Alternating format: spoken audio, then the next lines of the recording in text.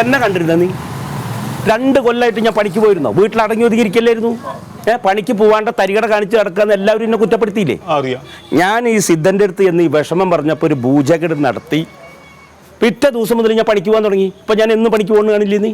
ഇപ്പം എനിക്ക് വല്ല കുഴപ്പമുണ്ടോ? നിന്റെ അസുഖം മാറണോ? നീ എൻ്റെ കൂടെ പോരെ. പൂജ നടത്തി എൻ്റെ സൂക്കേട് ശരിയാവണം. പണിക്ക് പോകണമെന്നില്ല.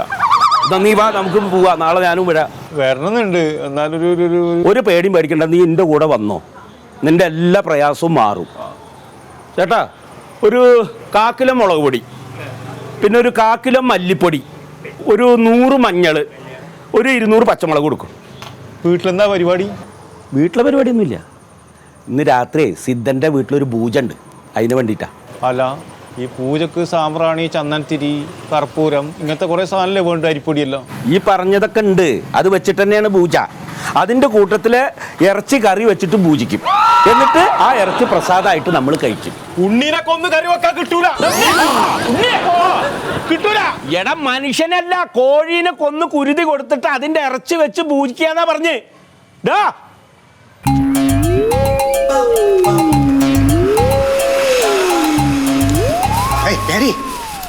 നിങ്ങളിതെവിടെ പോയി രതീഷ് ഒന്ന് വന്നേട്ടെ. രതീഷ് അല്ലല്ലോ, നീയല്ലേ തുടങ്ങണ്ട, സംസാരിക്കേണ്ട ആള്. സംസാരിക്കല്ലേ, അവൻ മൈക്ക് ഒപ്പിച്ചോണ്ട് വരാന്ന് പറഞ്ഞു. അവനിത് എവിടെ പോയത്? രാഘവട്ടനോട് കാര്യങ്ങളൊക്കെ പറഞ്ഞ് മനസ്സിലാക്കി കൊടുത്തോ? പറഞ്ഞിട്ടുണ്ട്, വന്നത് വരും. ഇവനിത് എവിടെ?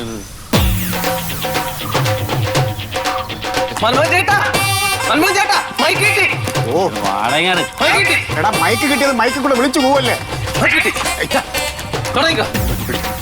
വൈകിക്കണ്ട. ഇതിന്റെ പ്രവർത്തനമൊക്കെ അറിയാമോ? ഇതെങ്ങനെ? നീ ഒരു കാര്യം ചെയ്യും. നീ എന്തിനു വിടയിക്കണേ? നീ വിടയിക്കാതെ നീ പോയി ഒപ്പ് മേടിക്ക്. പോയി എല്ലാരും മേടിക്ക്. കാര്യം ഞങ്ങൾ ഇവിടെ മൈക്കിലൂടെ പറയുന്ന ആൾക്കാർ കേട്ടോളൂ. ബാക്കി ഒപ്പിടിച്ചോ.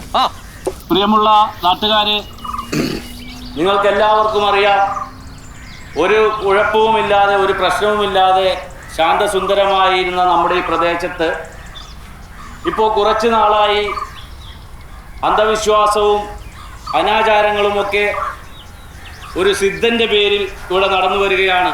ഇതുമൂലം നമ്മുടെ ഈ പ്രദേശത്തെ സ്വൈര്യ ജീവിതം നശിക്കുകയും അസമയത്തും മറ്റു സമയങ്ങളിലുമൊക്കെ നമുക്ക് തിരിച്ചറിയാൻ പാടില്ലാത്ത ആളുകൾ വന്നു പോവുകയും ഒക്കെ ചെയ്യുന്നത് ശ്രദ്ധയിൽപ്പെട്ടപ്പോൾ മന്മഥേട്ടൻ്റെ നേതൃത്വത്തിൽ ഇവിടെ ഒരു യുവജന പ്രക്ഷോഭം ഒരുക്കിക്കൊണ്ടുവരികയാണ്. അതിൻ്റെ അടിസ്ഥാനത്തിൽ ഞങ്ങളൊരു പരാതി പോലീസ് സ്റ്റേഷനിൽ സമർപ്പിക്കുകയും പോലീസ് ഓഫീസേഴ്സിൻ്റെ നിർദ്ദേശപ്രകാരം ഈ പ്രദേശത്ത് ഇങ്ങനെ ഒരു കാര്യം നടക്കുന്നു എന്നുള്ള വിവരം എല്ലാവരും ഒപ്പിട്ടൊരു മാസ് പെറ്റീഷൻ സമർപ്പിക്കുവാനാണ് അവിടെ നിന്നും നിർദ്ദേശിച്ചിരിക്കുന്നത്.